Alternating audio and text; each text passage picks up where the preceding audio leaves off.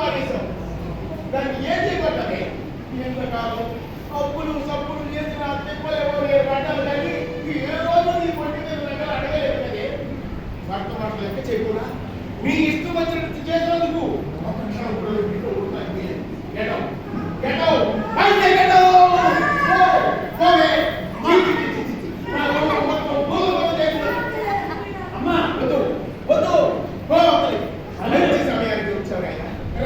ఇప్పుడు దోచుకోవడానికి నా కప్పులో ఏమీ పిల్లలేదు. ఒక్కడి కూతురు తప్ప దీన్ని తీసుకుపోవాలి. నా దరిద్రం వదిలిపోతుంది. ఈ రోజు మొత్తం తెగిపోయింది. ఇంకొక క్షణం మీరిద్దరు నా కళ్ళ ముందు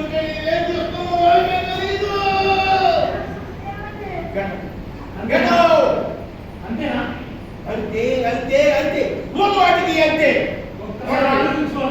ఇంకేం లేదు ఆలోచిస్తున్నారు. వాటికి మనంటికి అమ్మా అదేనమ్మా నిన్ను అర్థం చేసుకొని నీ నమ్మకాలను సమర్థించిన వ్యక్తితో ఎలా కాపం చేస్తావు?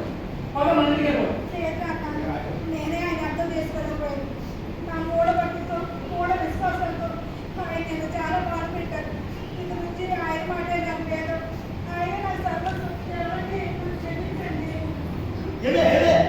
నీ స్థానం అక్కడ కాదు ఎక్కడో. ఇదేనమ్మా నేను కోరుకున్న మాట. చూడమ్మా, నమ్మకం మనిషిని బతికిస్తుంది, మూఢనమ్మకం మనిషిని నాశనం చేస్తుంది. ఈ మూఢనమ్మకంతో నేను కూడా నా ఆస్తంతా పోగొట్టుకుని చివరికి నా కొడుకులతో బయటికి గెంటిపోయాను. నేనంటే గొప్పను ఎలా మన బతకగలను. కానీ ఇప్పుడు నీ పరిస్థితి ఏంటో నీ పరిస్థితి ఏంటో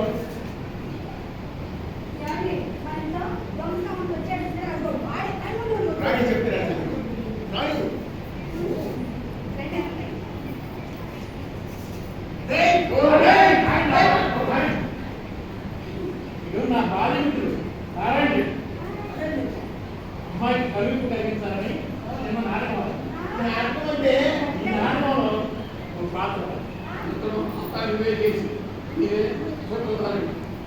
అదేమన్నా నువ్వు కూడా మంచి నటుడు. దేవుడు నీకు వేలేదు.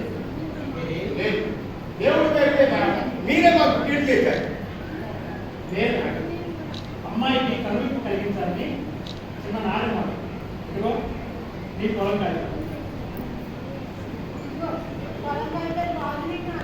మళ్ళీ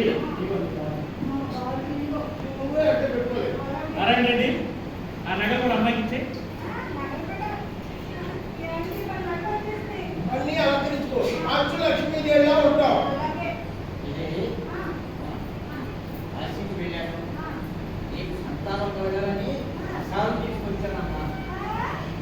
అంత మంచి జరిగింది.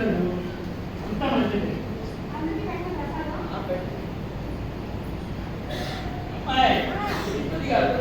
పెట్టు మళ్ళీ మీ పిదిగా ప్రసాదం అందించారుగా. పెడితే అయినా ఏంటంటే ప్రసాదం తెచ్చారు. ఇటువైపు తెచ్చారు, ఇటువైపు కదా. వస్తాను